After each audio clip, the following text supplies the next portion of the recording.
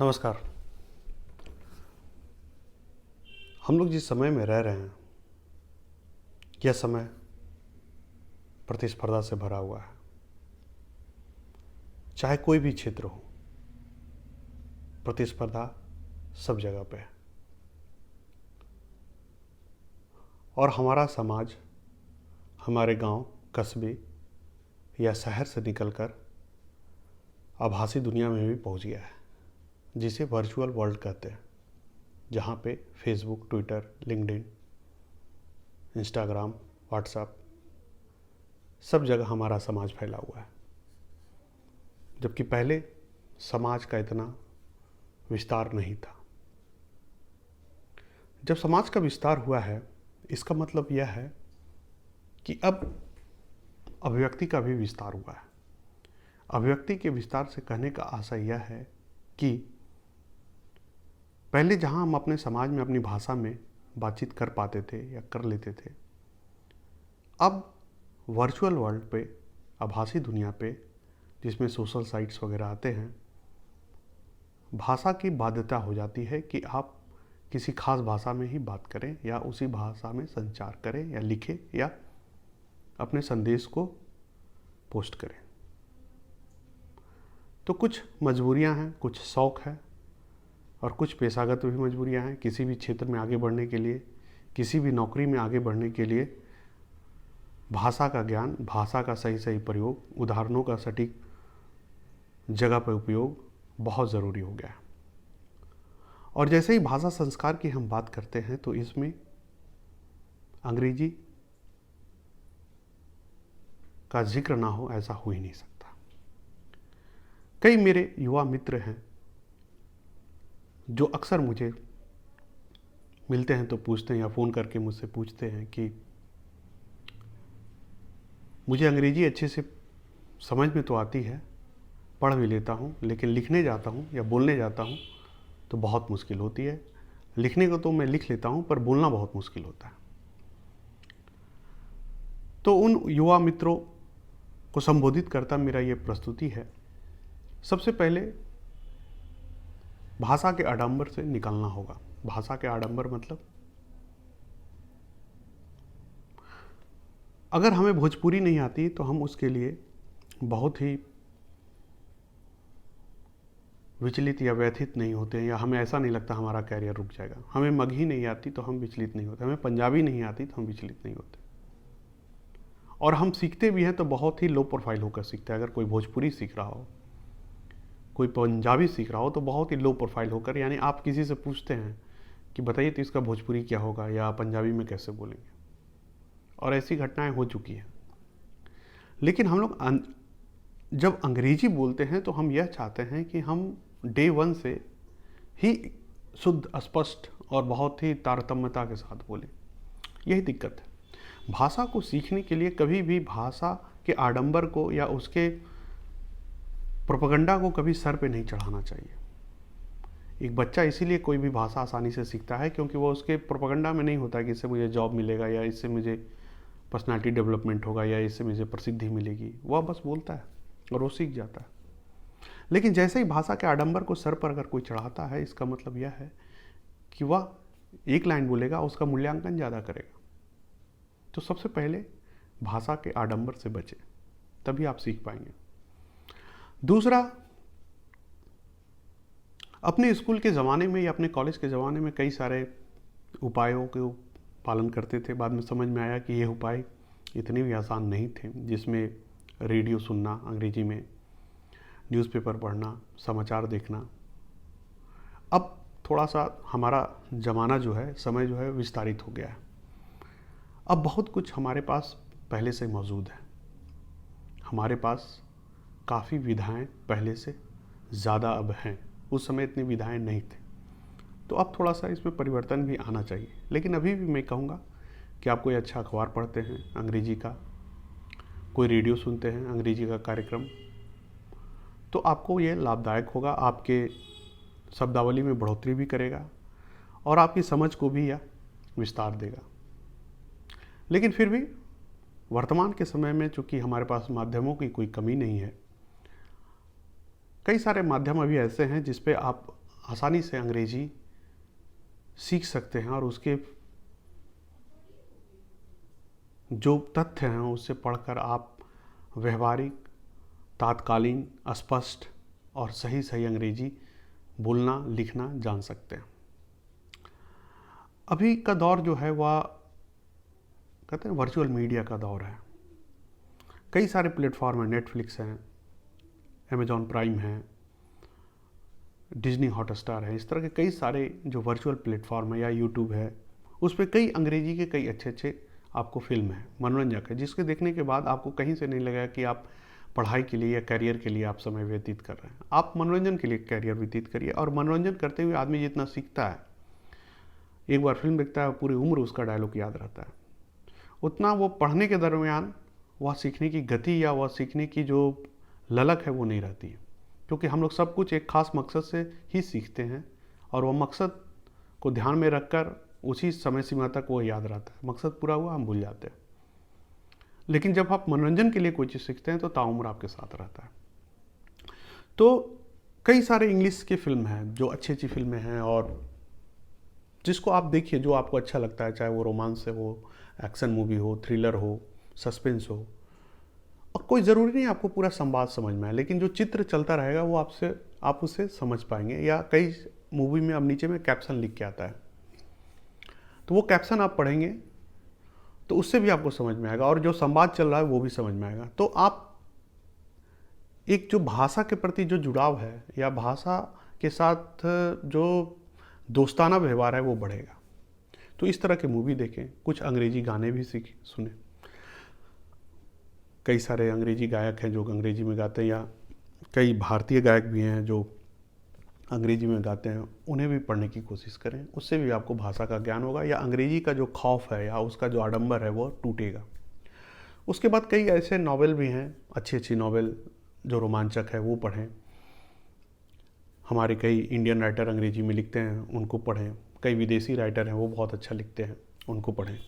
तो आपका एक मनोरंजन भी होगा, कुछ आपको ज्ञान भी होगा और भाषा भी आप सीख पाएंगे। और उसमें इन सारे विधाओं में भाषा का जो स्तर होता है अंग्रेजी का काफ़ी निम्नतम स्तर होता है, यानी कि उसमें कुछ आडंबर नहीं रहता है या कुछ बढ़ा चढ़ा कर या ऐसे शब्द नहीं प्रयोग किए जाते हैं जो कि समझ में ना आए। अखबार में अमूमन ऐसा होता है कि कुछ ऐसे शब्द होते हैं जो कि क्लिष्ट होते हैं या बहुत भारी भरकम होते हैं, पर जो मनोरंजन के साधन है उसमें आसान बोलचाल के शब्द यूज़ होते हैं। ऐसा देखा गया और ऐसा होता भी है। तो इस तरह के आप जो वर्चुअल मीडिया है या वर्चुअल प्लेटफॉर्म है उसका फ़ायदा उठाएं और आप फिल्म देखें, वहाँ पे गाना सुने और कमेंट्री वगैरह सुने। क्रिकेट देखने की अगर किसी की ख्वाहिश है तो यूट्यूब पर कोई कमेंट्री सुने, उसको गौर से सुने क्या बोल रहा है। तो इस तरह से तो आप, ये कुछ सरल तरीके थे। इसके अलावा और अगर कुछ तरीकों में जाएं तो जो कई सारे कॉमिक्स वगैरह जो आते हैं, अगला अगर उपाय की बात करें, अगले चरण की बात करें तो जैसे चंपक है, इस तरह के जो हल्के फुल्के कॉमिक्स हैं जो काफ़ी मनोरंजक होते हैं, उसको आप पढ़ना शुरू करेंगे तो वह आपको आकर्षित करेगा। और छोटे छोटे बच्चों में छोटे छोटे लाइन होते हैं, छोटी छोटी पंक्तियाँ होती हैं, तो आप आसानी से 4 शब्द 5 शब्द को जोड़ना सीख जाएंगे और फिर बोलना भी सीख जाएंगे धीरे धीरे। तो छोटे छोटे लाइन को, और बड़े लंबे शब्द में मत जाइए, बड़े लंबे पंक्तियों में मत जाइए कि पहले ही लाइन में मुझे 4 लाइन लिखना है, 5 लाइन। छोटे छोटे, जैसे बच्चा है ना, सीखता है तो पहले एक शब्द बोलता है, पानी, सिर्फ पानी बोलेगा, और फिर चाहिए, उसको नहीं मतलब है कि वो क्या अर्थ निकल रहा, लेकिन वो अपनी ज़रूरत को बताना जानता है। तो पहले ज़रूरत से जुड़ा हुआ चीज़ों को बोलना सीखें, क्योंकि वह एक बार बोलना सीख गए तो आप शब्दों को जोड़ना जानेंगे, वाक्यों को जोड़ना सीख जाएंगे और फिर बोलना सीख जाएंगे। तो छोटे छोटे लाइन, छोटे छोटे पंक्तियों को बोलना सीखें और उसमें चंपक वगैरह, कॉमिक्स वगैरह, कुछ जो हल्की फुल्की मनोरंजक आती है उसका प्रयोग आप कर सकते हैं। उसके बाद जो अगला उपाय ये है, और अंग्रेजी सीखने में जो सबसे बड़ी बाधक है, कि हम लोग व्याकरण और वाक्य विन्यास के प्रति इतना संजीदा हो जाते हैं, जिसको हम कहते हैं ग्रामर और वोकाबुलरी के प्रति या सेंटेंस स्ट्रक्चर के प्रति, कि कहीं गलत ना हो जाए। यह मन से निकाल देना है। भाषा सीखना है तो थोड़ा सा बेशर्म होना पड़ता है। हाँ, बेशर्म यानी कि दुनिया क्या कहेगी ये बाद में सोचेंगे, मुझे सीखना है, मुझे बोलना, ये पहला प्राथमिकता होगा। है ना। तो ये शर्म लाज जो है ना, ये अगर बाधक बने तो थोड़ी देर के लिए इसको साइड रख देना चाहिए, जो प्रगति में बाधक हो। तो ग्रामर और व्याकरण का बहुत ध्यान नहीं रखना है। कोई आदमी पहले ही गाड़ी सीख रहा है, उसको सारा कुछ अगर उससे हम एक्सपर्ट की अगर कल्पना करेंगे तो ये बेईमानी होगी। उसी तरह से अगर आप सीख रहे हैं भाषा को, तो आप कतई अपना मूल्यांकन इस तरह से ना करें कि एक एक शब्द, एक एक ग्रामर इसका सटीक है, एक एक जो वाक्य विन्यास है सही है। बोलना सीखें पहले। वो आपके अंदर जो कहते हैं ना कि आत्मविश्वास आना चाहिए बोलने के प्रति। बाद में जब आप बोलने लगे, जब अच्छा बोलने लगे, तब फिर आप उसको ठीक कर लें, है ना। भाई पैसा बहुत आता है तभी तो आदमी सोचता है बैंक खोलें, लॉकर खोलें, कहाँ रखें, इन्वेस्ट करें। अभी तो आना चाहिए। थोड़े पैसे आते हैं तो हम लोग जैसे तैसे रखते हैं, पॉकेट में बस रखते आते, उसको बहुत सजाते नहीं हैं। लेकिन जब ज़्यादा आने लगते हैं तब फिर हम लोग थोड़ा ध्यान देते हैं। उसी तरह से जब भाषा अभी शुरुआत की तो फिर ग्रामर और वोकेबुलरी और वाक्य विन्यास में क्यों जाए, हल्के हल्के शब्द बोलें, छोटे छोटे वाक्य बोलें और तारतम्यता बनाएं।